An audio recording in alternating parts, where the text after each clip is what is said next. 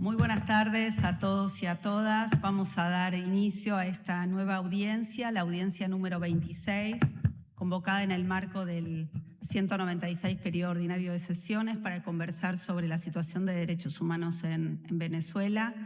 Estamos desde la Comisión Interamericana. Mi nombre es Andrea Pochac, soy la vicepresidenta primera de la Comisión Interamericana, y la mesa está presidida también por la comisionada de MIS, que es la relatora para Venezuela, la comisionada Bettel, el relator especial de libertad de expresión y el relator especial de derechos económicos, sociales y culturales, y también por la secretaria ejecutiva adjunta María Claudia Pulido. Es un gusto saludarlos a pesar de tener que conversar de una situación tan complicada. Es una audiencia convocada en el marco de un periodo de sesiones en el que la región está enfrentando enormes desafíos en materia de derechos humanos.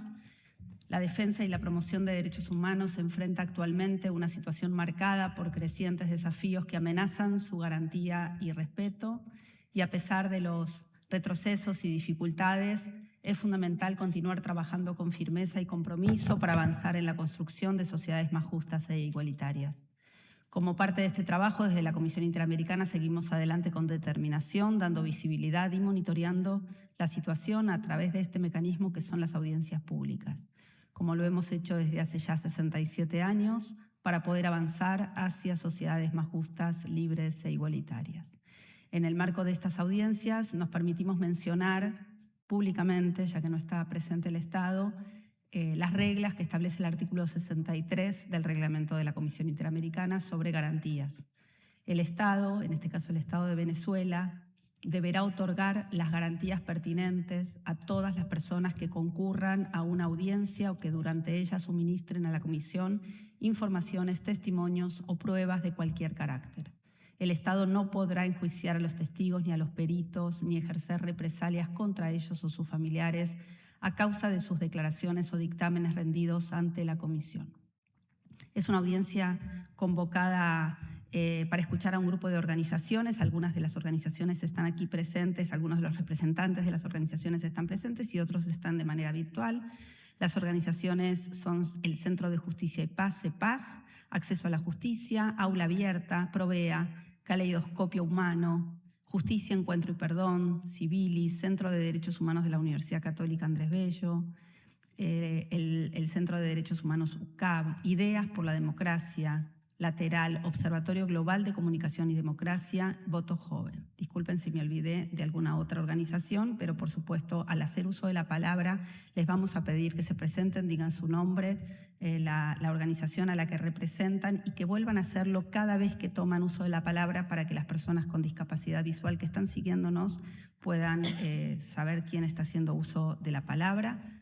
Del mismo modo les digo a quienes nos están siguiendo por las redes que tenemos subtítulos disponibles y que pueden agrandar el tamaño de la letra según sus necesidades. La audiencia es una audiencia que tiene interpretación simultánea. Les pedimos a todos y todas que hablen de manera pausada para facilitar el trabajo de las personas intérpretes, y porque tenemos un tiempo suficiente para poder hablar de manera pausada y entendernos bien. El tiempo será de la siguiente manera. Primero dispondrá 30 minutos la sociedad civil para hacer su presentación. Luego contaremos con la experta de Naciones Unidas, Sofía Macher, presidenta de la Misión de Verificación de Hechos sobre Venezuela, que tendrá 7 minutos. Muchas gracias por participar. Y luego tomaremos la palabra desde la Comisión Interamericana con algunas preguntas o algunos comentarios, y les devolveremos la palabra a la sociedad civil por aproximadamente 20 o 23 minutos. Entonces esa es un poco la distribución de esta audiencia, la organización de esta audiencia, y con esta introducción les paso la palabra a las organizaciones por 30 minutos. Señora Presidenta, señoras y señores comisionados, mi nombre es Beatriz Borges, directora ejecutiva del Centro de Justicia y Paz.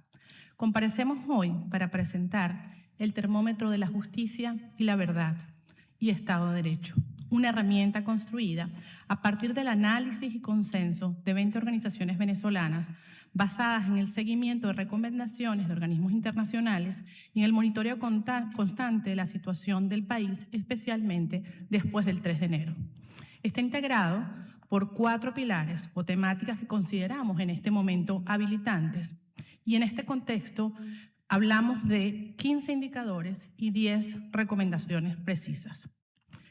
Estos pilares agrupan los indicadores que nos permiten justamente medir qué patrones se mantienen intactos en Venezuela y qué es lo que urge transformar. El primer pilar se refiere al cese de la represión. Mide si realmente se liberan los presos políticos, si se cierran los centros de detención, si se cesa la criminalización de defensores y activistas y si se disuelven o reforman las fuerzas y colectivos armados que las ejecutan. El segundo pilar es la rendición de cuentas y la reforma institucional. Evalúa si las autoridades como el fiscal general y la defensora del pueblo se designan con independencia real, si el Tribunal Supremo de Justicia se reforma con garantías genuinas y si se abren casos que reconozcan los patrones de violaciones documentados. El tercero es la protección del espacio cívico. Mide si se derogan las normativas represivas y si se levanta el bloqueo de los medios de comunicación independientes. El cuarto es el multilateralismo y la cooperación con los mecanismos internacionales. Da seguimiento a si se permite el acceso a la misión de determinación de los hechos, si se reinstala con el mandato pleno a la oficina del Alto Comisionado y se concreta la visita in loco solicitada por esta comisión y los procedimientos especiales de Naciones Unidas, y si el Estado cumple o coopera con cortes internacionales. Nuestro análisis también muestra la fotografía de lo que aún no ocurre en Venezuela. Sin embargo, no se trata solamente de un instrumento de monitoreo, es también en sí mismo una hoja de ruta para evaluar si Venezuela avanza realmente hacia la recuperación del Estado de Derecho, la justicia y la institucionalidad democrática. Después del 3 de enero, existen hechos nuevos que deben ser reconocidos y nombrados. Que organizaciones venezolanas de derechos humanos estemos hoy en esta sala es en sí mismo una señal del momento que atraviesa el país. Hace poco más de un año, muchas de las personas y organizaciones que comparecen ante ustedes en esta audiencia no podían hacerlo sin poner en riesgo su seguridad y quienes permanecían en Venezuela. Ese riesgo no ha cesado del todo. Esa apertura todavía es frágil y no puede confundirse con una transformación institucional. El aparato represivo permanece intacto. Ninguna de las leyes utilizadas para perseguir y cerrar el espacio cívico ha sido derogada. No existen investigaciones independientes ni rendición de cuentas por las graves violaciones a los derechos humanos. Y las víctimas continúan esperando verdad y justicia. Venezuela se encuentra ante un momento que puede definirse durante los próximos meses, avanzar hacia una transición democrática real o perder nuevamente una oportunidad histórica. En este contexto, los mecanismos internacionales representados en la sala cumplen una función que ningún otro actor puede sustituir: proteger a las víctimas, preservar la evidencia, acompañar a la sociedad civil y evitar que los avances aparentes oculten la permanencia de las estructuras de represión. Hoy, en esta audiencia, ustedes escucharán el testimonio de una víctima, la situación de las personas presas por razones políticas y sus familiares, las restricciones del espacio cívico y la importancia insustituible del monitoreo y la cooperación internacional. Finalmente, presentaremos nuestras recomendaciones prioritarias. A continuación, cedo la palabra a Meudio Sio, cuya historia nos recuerda por qué estamos aquí y por qué la justicia no puede seguir esperando. Gracias. Señora Presidenta, señoras y señores comisionados, mi nombre es Meudio Sio, viuda de Fernando Albán. Hoy hace casi 8 años estuve en esta sala de audiencia para decirles lo que ha significado para mi familia pasar todos estos años buscando una justicia que en Venezuela nunca llegó. Fernando murió bajo custodia del Estado venezolano. Desde entonces no ha existido una investigación seria, independiente, ni orientada a establecer la verdad.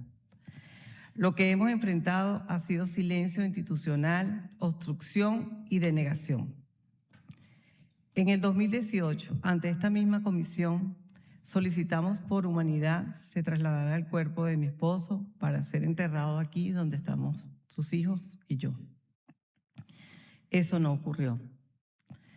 El entonces representante del Estado, Larry Daboy, defendió la versión oficial del Estado que cruelmente afirmaba que mi esposo se había suicidado y desconoció su muerte como producto de una violación grave de derechos humanos. Actualmente, Daboy dirige la institución que debería investigar.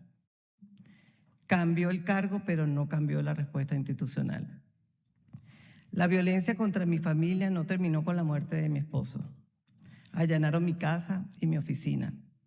Y los abogados de nuestra familia fueron perseguidos, logrando que salieran del país también.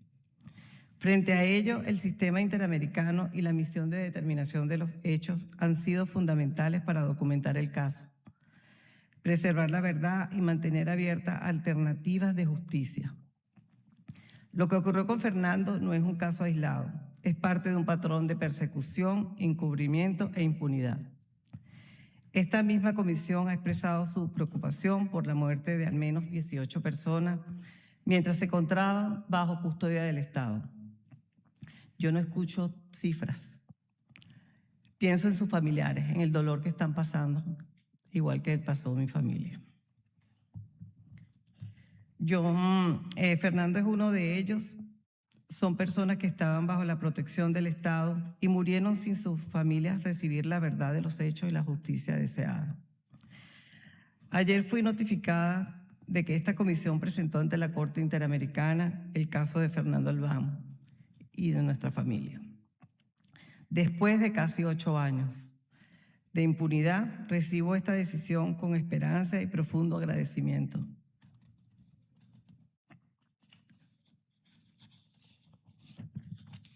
La justicia aún no ha llegado, pero nuestra voz no pudo ser silenciada. Los organismos de protección de derechos humanos la acompañaron.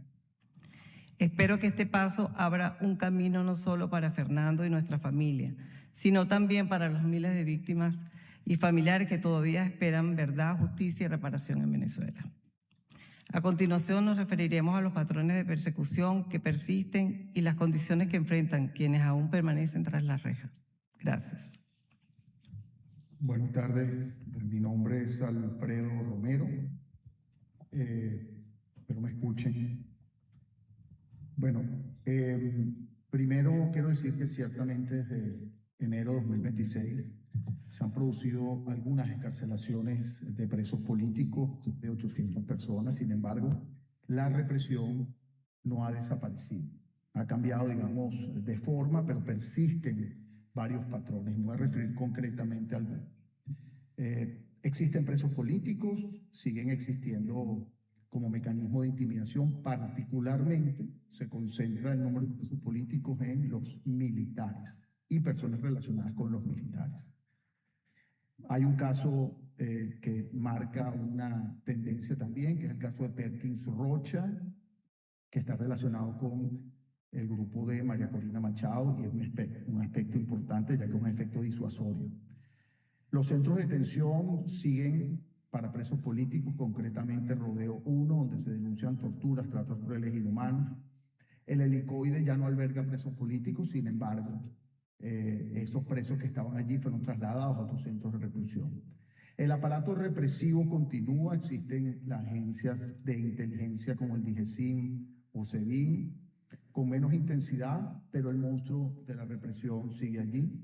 El derecho a la defensa, que fue eliminado desde el año 2024, recientemente, hace 2 semanas, se abrió la posibilidad de acceder a expedientes y designar abogados, pero observamos como el caso, por decir, de Iqber Marín Chaparro, teniente coronel, que no se encuentra en los expedientes absolutamente nada que justifique su detención, y así con todos los casos. El sistema de justicia, que es lo más importante, sigue controlado por el régimen absolutamente, y es no que no funciona, sino es la base de la represión. Y para concluir, hay consecuencias patrimoniales, todavía siguen bienes confiscados de personas privadas de libertad, y los excarcelados, que habiendo salido de la cárcel se mantienen con medidas restrictivas a sus libertades. Muchas gracias.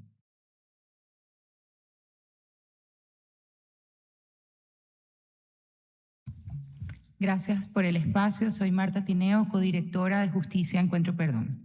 Las condiciones de reclusión en los centros de detención en Venezuela han alcanzado un punto crítico que vulnera todo estándar de dignidad humana, consolidando un patrón de tratos crueles, inhumanos y degradantes. Las personas actualmente privadas de libertad por motivos políticos en Venezuela constituyen un universo humano marcado por la arbitrariedad y el dolor. Este grupo representa una realidad que atraviesa todos los estratos sociales, entre ellos mujeres cuya prisión supone la separación de sus hijos y la destrucción de familias enteras.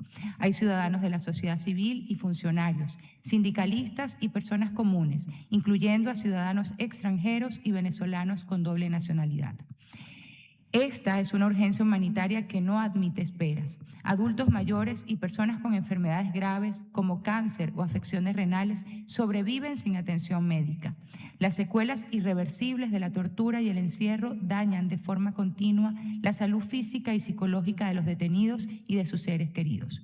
Lejos de atender las demandas básicas como agua o alimento, la respuesta institucional ha sido la represión violenta y el uso de gases lacrimógenos dentro de los recintos. Es este nivel de desprotección el que somete a los presos políticos a una desnutrición extrema manifestada en pérdidas de peso que superan los 30 kilogramos. A esta crisis se suma la incertidumbre sobre la integridad estructural de los centros penitenciarios tras los recientes terremotos.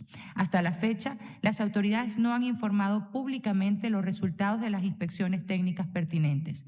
A pesar de los reportes sobre daños en las instalaciones por parte de los privados de libertad, quienes fueron evacuados momentáneamente a espacios abiertos y luego fueron obligados a regresar a áreas comprometidas. Es aquí donde la dimensión humana cobra una verdadera magnitud. Las familias no son espectadoras pasivas, sino el blanco de una estrategia de desgaste. Enfrentan una dinámica de alto desgaste económico y logístico. Ante la falta de provisión estatal de insumos básicos en los centros de reclusión, son los familiares quienes deben asumir a diario el suministro de comida, medicinas y productos de higiene personal. A esto se suman los costos de transporte generados por los traslados arbitrarios a penales distantes, la falta de información oportuna sobre el estado de salud de sus allegados y las trabas para el ejercicio de una defensa privada e independiente. La vida y la integridad de cada persona bajo custodia estatal es responsabilidad absoluta del Estado y, lejos de ser garantizadas, se siguen deteriorando día tras día. Es urgente la libertad plena e inmediata de todos los prisioneros políticos en Venezuela.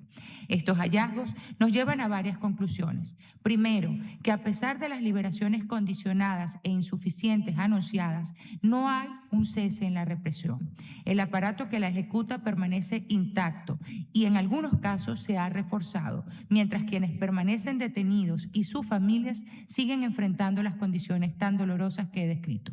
Segundo, que tampoco hay rendición de cuentas. Las instituciones llamadas a garantizarlas se renuevan en la forma, pero no se reforman en el fondo. Tercero, que no existen investigaciones creíbles ni reconocimiento oficial de las violaciones cometidas. Reconocemos los anuncios, pero sigue faltando la voluntad para generar cambios estructurales. Lo que describo no ocurre en el vacío. Existe una arquitectura legal e institucional que lo hace posible y que lo sostiene. Y el cierre del espacio cívico forma parte de esa estrategia, por lo que a continuación profundizaremos en el estado del espacio cívico venezolano. Muchas gracias. Soy David Gómez Gamboa, profesor de la Universidad del Zulia en Maracaibo y director de Aula Abierta. Con relación a la situación del espacio cívico en Venezuela, quiero compartir 4 ideas. Primero, la arquitectura legal de la represión permanece intacta, criminalizando la disidencia y asfixiando a la sociedad civil. Es urgente derogar un conjunto de leyes que imponen penas de cárcel desproporcionadas, inhabilitaciones políticas, bloqueos de medios, restricciones a la información, control de financiamiento, imposición de registros que hacen inviable la labor de las ONG, por ejemplo. Entre estas destacan la Ley contra el Odio, la Ley Orgánica Simón Bolívar, la Ley de Fiscalización de las ONGs, la Ley Antibloqueo, la Ley de Transparencia, la Ley Resorte junto a regulaciones, además de CONATEL, la Ley de Seguridad de la Nación, la Ley de Consejos Comunales, la Ley en Defensa de la Soberanía, entre otras. Segunda idea, es urgente levantar el bloqueo a medios de comunicación independientes.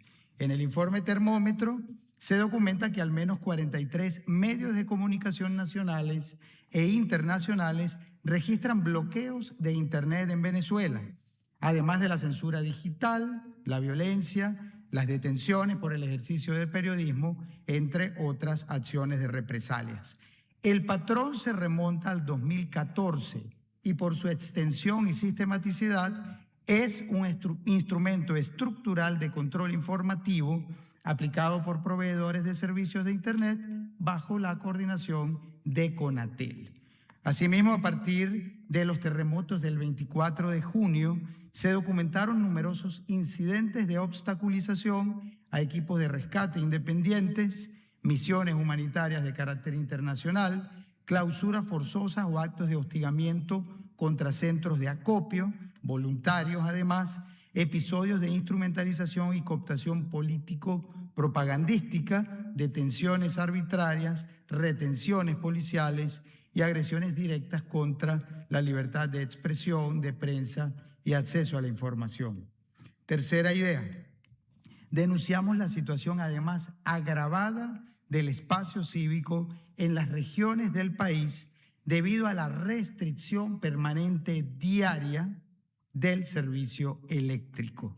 Desde febrero del 2026, los recortes eléctricos en las regiones del país se han incrementado de 4 a 8 horas diarias sin el servicio.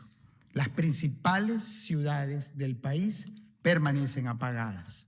Por último, cuarta idea, concluyo destacando la relevancia de la universidad para el espacio cívico. El Estado ha implementado una política sistemática con indicadores muy graves de gran corrupción, prácticas intervencionistas y asfixia presupuestaria contra las universidades, lo cual desmantela la educación superior e inhibe el pensamiento crítico, la autonomía universitaria, la libertad académica, otras libertades fundamentales como la de expresión, la de asociación.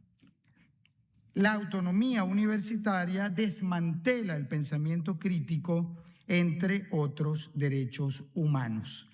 Es de destacar que el salario de un profesor universitario es menor de $2 al mes. Se busca la desmovilización de la universidad en la discusión de los asuntos públicos, su captura y el colapso del sistema educativo en un contexto de grave debilitamiento del espacio cívico. Nuestro termómetro califica este pilar en rojo. Ninguna de las leyes que acabo de mencionar ha sufrido modificación.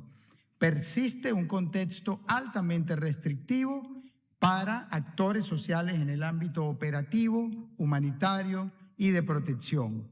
Y aunque hoy vemos mayor visibilidad de organizaciones de la sociedad civil, esto no equivale a garantías formales de autonomía. Seguimos trabajando a pesar de las condiciones, no porque haya cambiado el contexto. Frente al cierre sistemático del espacio cívico, la sociedad civil venezolana ha insistido en un camino, el multilateralismo y la cooperación internacional. Por ello, a continuación, nuestra colega nos hablará sobre ese pilar y su trascendencia en el contexto actual. Muchas gracias. Buenas tardes, señoras y señores comisionados. Mi nombre es Débora Van Berkel y formo parte de la organización ciudadana Ideas por la Democracia. La piedra angular es el primer bloque de piedra que se coloca en la esquina de un edificio como guía de alineación y soporte principal de toda estructura.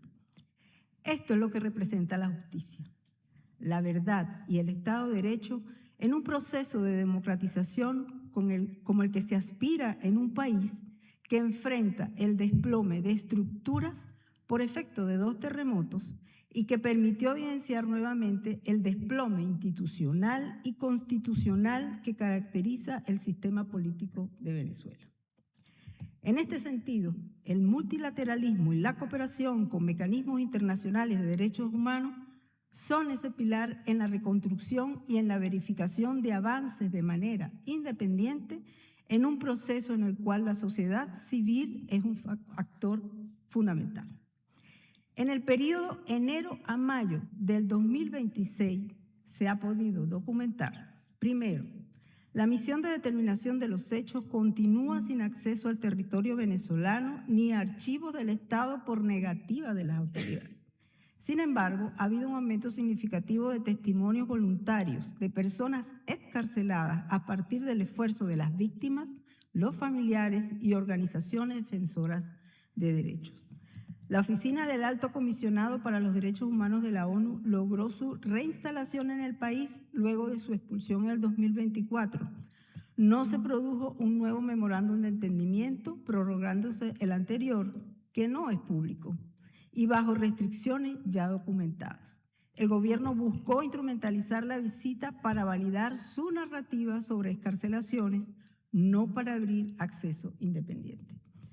Tercero, Venezuela mantiene su desvinculación total de la jurisdicción contenciosa de la Corte Interamericana de Derechos Humanos y no ha cumplido ninguna sentencia ni resolución de supervisión pendiente. El gobierno de Rodríguez no ha comparecido a audiencia ni presentado informes de avances durante el periodo.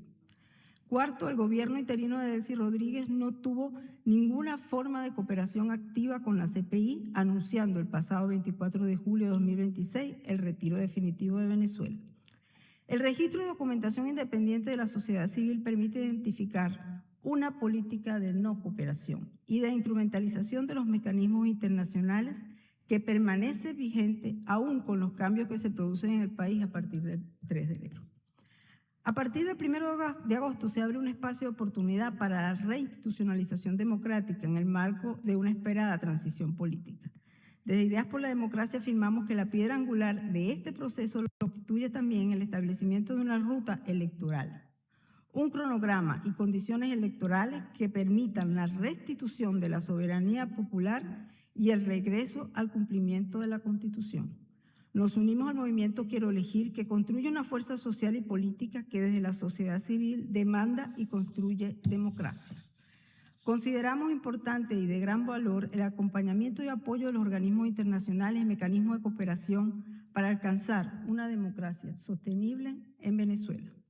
Corresponde ahora traducir todos esos principios en acción concreta. Para finalizar, presentaremos las recomendaciones prioritarias que se derivan de todo lo expuesto hoy. Muchas gracias.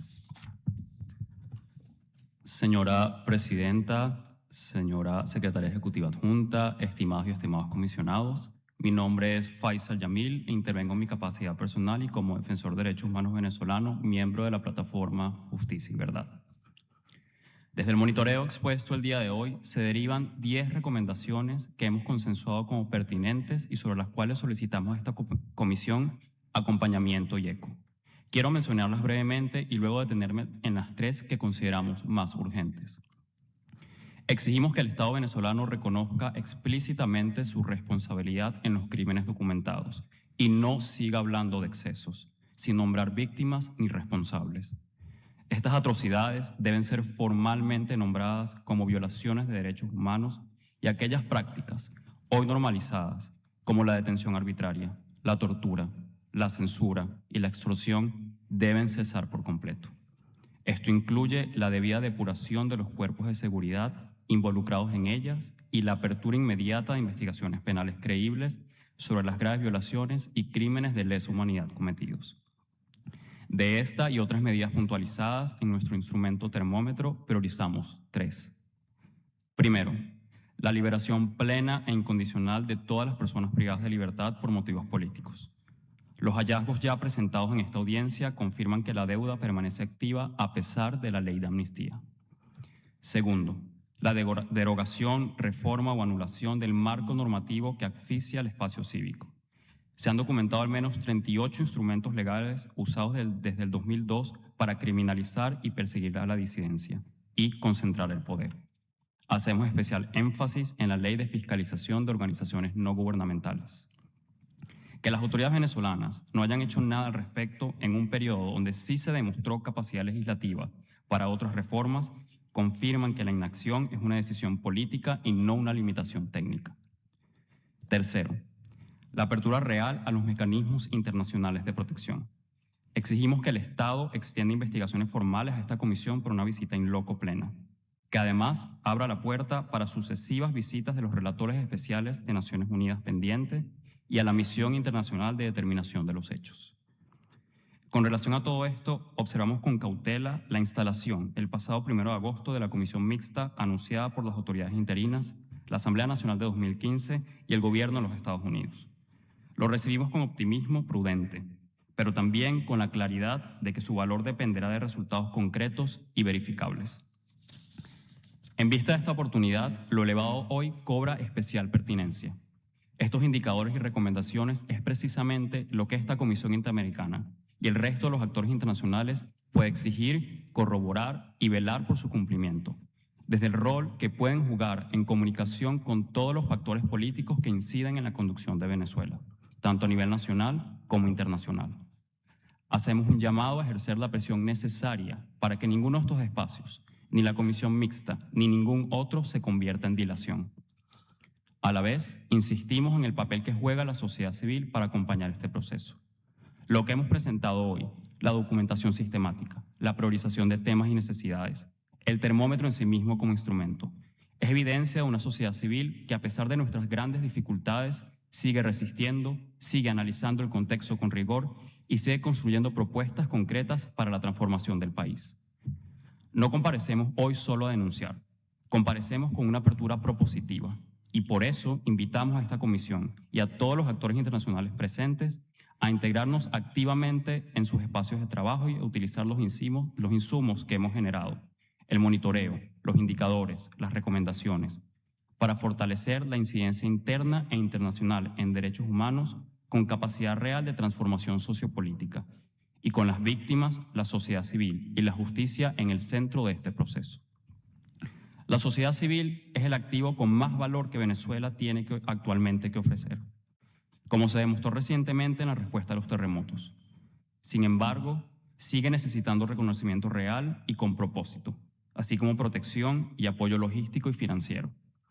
En ese orden, solicitamos a la Comisión, número 1, realizar un llamado urgente al Estado venezolano y a todos los actores involucrados para el cumplimiento efectivo de estas recomendaciones. En segundo lugar, dar seguimiento con cautela al proceso encabezado por la Comisión Mixta e incorporar su desarrollo en su monitoreo. En tercer lugar, tener por presentada la información y evidencia documentada por la plataforma a través del termómetro de justicia, verdad y Estado de Derecho. Y finalmente, exhortar al Estado a extender invitaciones formales a esta comisión durante el año 2026. Muchísimas gracias. Quedamos atentos y atentas a sus preguntas. Muchas gracias a ustedes. Nosotros tomamos nota de que tienen todavía un minuto. Les vamos a dar esa posibilidad para la segunda parte. Y quiero pasarle la palabra en este momento entonces a la doctora Sofía Machel. 7 minutos. Honorables comisionadas y comisionadas, secretaria ejecutiva adjunta, representantes de la sociedad civil y de las organizaciones de víctimas. Permítanme comenzar expresando mi agradecimiento a la Comisión Interamericana de Derechos Humanos por la invitación a participar en esta audiencia pública. Es un honor comparecer ante esta comisión que durante décadas ha desempeñado un papel esencial en la promoción y protección de los derechos humanos en las Américas y ha acompañado de manera constante al pueblo venezolano mediante el monitoreo de la situación de derechos humanos, la protección de víctimas y personas en riesgo y el desarrollo de los estándares interamericanos. La Misión Internacional Independiente de Determinación de los Hechos sobre la República Bolivariana de Venezuela fue establecida por el Consejo de Derechos Humanos de Naciones Unidas mediante la Resolución 4225. Su mandato consiste en investigar las presuntas violaciones graves de los derechos humanos y sus presuntos responsables cometidas desde el 2014. La misión desarrolla su labor en complementariedad con otros mecanismos internacionales de protección de los derechos humanos. Hoy ese mandato adquiere una relevancia particular. Venezuela atraviesa un momento de cambios políticos e institucionales al que se ha sumado una grave emergencia humanitaria como consecuencia de los recientes terremotos. La experiencia demuestra que los periodos de transformación pueden abrir oportunidades para fortalecer la protección de los derechos humanos, pero también puede generar nuevos riesgos o poner de manifiesto la persistencia de factores estructurales que requieren atención. Es precisamente desde esta perspectiva que quisiera compartir algunas reflexiones sobre los desafíos que plantea el momento actual. Desde el inicio de su mandato, la misión ha concluido que las graves violaciones de los derechos humanos documentadas en Venezuela no fueron el resultado de hechos aislados. Sus investigaciones identificaron patrones de conducta y factores estructurales que facilitaron la comisión de esas violaciones. Entre ellos, la ausencia de independencia e imparcialidad de las instituciones de justicia, la utilización de organismos de seguridad e inteligencia para reprimir la disidencia, la restricción del espacio cívico y de las libertades fundamentales, la persistencia de altos niveles de impunidad y la falta de mecanismos efectivos de control y rendición de cuentas. Estos factores fueron analizados por la misión como elementos que contribuyeron a la comisión y repetición de graves violaciones de derechos humanos. El contexto que vive hoy Venezuela plantea una nueva pregunta desde la perspectiva del mandato de la misión. ¿En qué medida esos factores estructurales están siendo transformados y en qué medida continúan representando un riesgo para la protección de los derechos humanos? En los últimos meses se han producido acontecimientos que podrían representar avances en ámbitos específicos, entre ellos la liberación de un número de personas detenidas por motivos políticos y una mayor interacción con diversos actores internacionales. Toda medida que contribuya al ejercicio y efectivo de los derechos humanos merece ser reconocida y evaluada con objetividad. Al mismo tiempo, la misión considera que la existencia de medidas puntuales no permite por sí sola concluir que se hayan modificado las condiciones estructurales previamente establecidas. La experiencia internacional demuestra que los periodos de cambio institucional exigen una vigilancia particularmente cuidadosa. Es precisamente en esos momentos cuando resulta posible determinar si las reformas emprendidas modifican las estructuras que favorecieron las violaciones del pasado o si persisten factores de riesgo que requieren la atención continua de las instituciones nacionales y de la comunidad internacional. Los recientes terremotos han añadido una nueva dimensión a los desafíos que enfrenta hoy Venezuela. Las emergencias no suspenden las obligaciones internacionales de los Estados. Es fundamental que la respuesta a la emergencia se desarrolle con transparencia, sin discriminación y con la participación de las comunidades afectadas.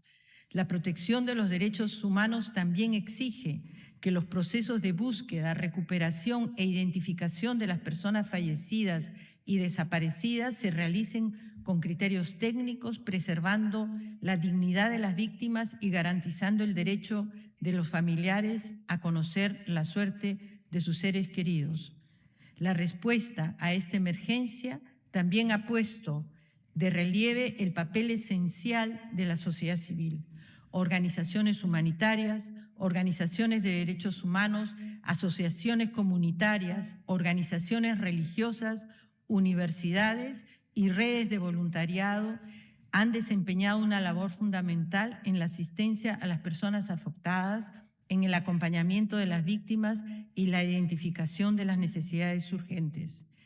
Es en este esfuerzo el acompañamiento de la comunidad internacional y la acción complementaria de los mecanismos internacionales de protección continúa siendo elementos fundamentales para fortalecer la protección de los derechos humanos en Venezuela. La experiencia de las Américas demuestra que los mecanismos internacionales de protección adquieren una importancia particular en momentos de transición e incertidumbre. Su función no consiste en sustituir a las instituciones nacionales ni en intervenir en los procesos políticos. Su aporte radica en acompañar a las sociedades desde el ámbito de sus respectivos mandatos. Señores y señoras comisionados, la historia de nuestra región demuestra que la protección internacional de los derechos humanos adquiere su mayor relevancia precisamente cuando las sociedades atraviesan momentos de transformación y con la convicción de que la protección de los derechos humanos debe permanecer en el centro de cualquier proceso orientado a construir un futuro más justo y respetuoso de la dignidad de las personas. Muchas gracias. Muchas gracias a usted. Y es entonces el momento para que tomemos la palabra desde la Comisión Interamericana y le voy a pasar en primer lugar la palabra a la relatora para Venezuela, la comisionada Gloria de Mis. Thank you very much, Commissioner Pucha.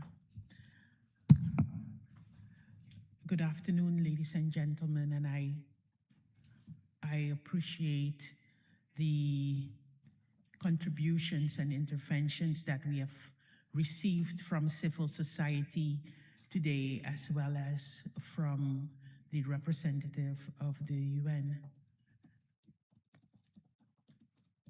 It is, I think, a very unique moment, but also a very difficult moment where we stand if we look at Venezuela. It's difficult to have this conversation of transition and change when we look at the table of the state and we see that they're not here again. So the question is, what has changed? We've heard repeated references to reforms, dialogues, institutional renewal. Yet the information that you shared with the Commission suggests that many of the underlying structures of repression remain intact, and human rights cannot be measured by announcements, by outcomes. If institutions are truly independent and the rule of law is being restored, we need verifiable evidence that arbitrary detention has ended. Civic space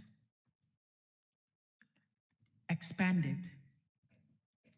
Judicial independence has been strengthened, and victims have obtained justice.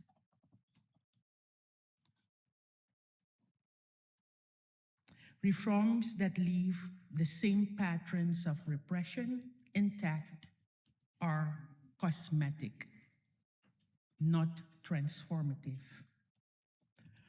What stands out is the disconnect between the language of institutional normalization and the reality on the ground, compounded by the recent earthquakes of June 24th. Amnesty laws, institutional appointments, and the announcement of reforms cannot be assessed again by their announcements alone, but by whether they dismantle the structures that have enabled violations and restore victims' rights and guarantee non-repetition. Otherwise, there's a real risk that institutional change becomes a substitute for genuine accountability. As a commission, as the country rapporteur for Venezuela, we will remain vigilant, determined to contribute through our mechanisms to the return of democracy and rule of law in Venezuela, the return of true democracy and rule of law in Venezuela. I wish to reaffirm the unwavering commitment of the Commission to the people of Venezuela. Through a special monitoring mechanism for Venezuela, MESEVE, the Commission continues to receive testimonies from victims and their family members, voices that reflect not only profound suffering, but also reliance, resilience, and the persistent demand for justice. I have a question, and that question is to give us some sort of sense of what has changed or not changed. What procedure has been followed for the appointment and reappointment of the Supreme Court justices and trial court justices in the period following January 2026? Thank you. Muchas gracias,